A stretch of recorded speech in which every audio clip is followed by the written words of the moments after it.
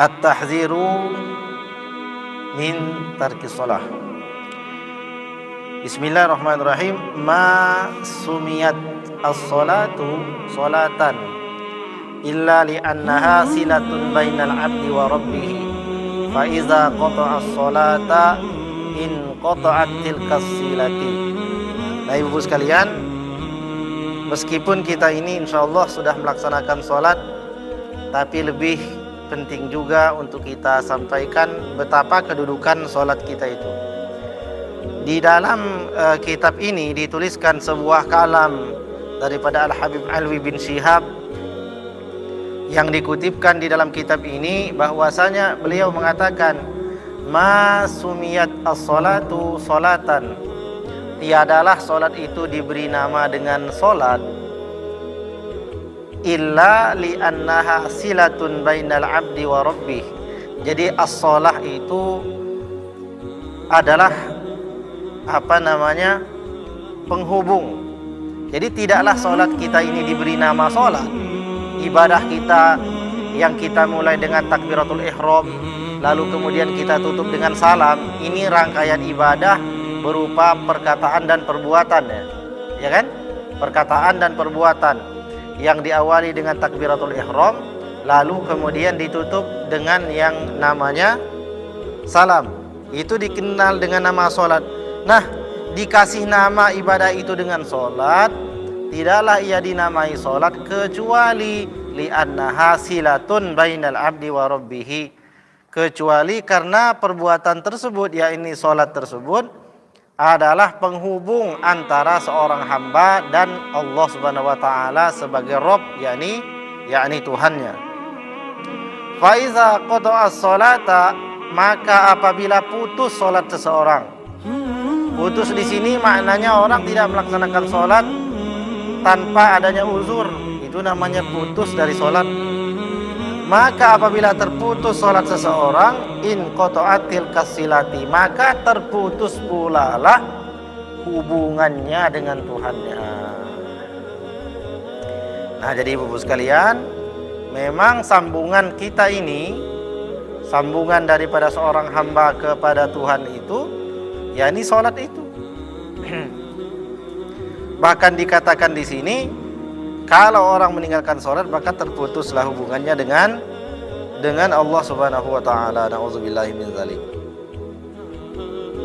Kemudian keterangan selanjutnya, lau kana tarkus sholati sa'ighan li ahadin lakana al-mujahiduna li aduwil Islam baina yaday Rasulillah sallallahu alaihi wa alihi wasallam aula bidzalik. Waqad qala Allah Ta'ala fi haqqihim wa idza kunta fihim fa aqamta lahumus salata faltaqum ta'ifatun minhum ma'aka waliyakhudhu aslihatahum fa idza sajadu falyakunu min wara'ikum wal ta'ti ta'ifatun ukhra lam yusallu falyusallu ma'aka waliyakhudhu hizrahum wa aslihatahum. Di dalam surat An-Nisa ayat 102 dikatakan. Jadi dikatakan di sini, seandainya meninggalkan sholat itu sesuatu yang ringan, maknanya itu sesuatu yang boleh orang meninggalkan sholat. Seandainya meninggalkan sholat itu sesuatu yang boleh, maka sesungguhnya al-mujahiduna li'aduwil Islam, orang-orang yang sedang berjihad di jalan Allah memerangi musuh-musuh Islam bersama baginda Nabi sallallahu alaihi wasallam, tentu mereka itulah orang yang lebih berhak untuk tidak sholat. Kenapa? Karena dalam situasi berperang, sedang dalam situasi berhadapan dengan musuh, andai mereka lengah, bisa saja mereka akan menjadi korban daripada peperangan tersebut.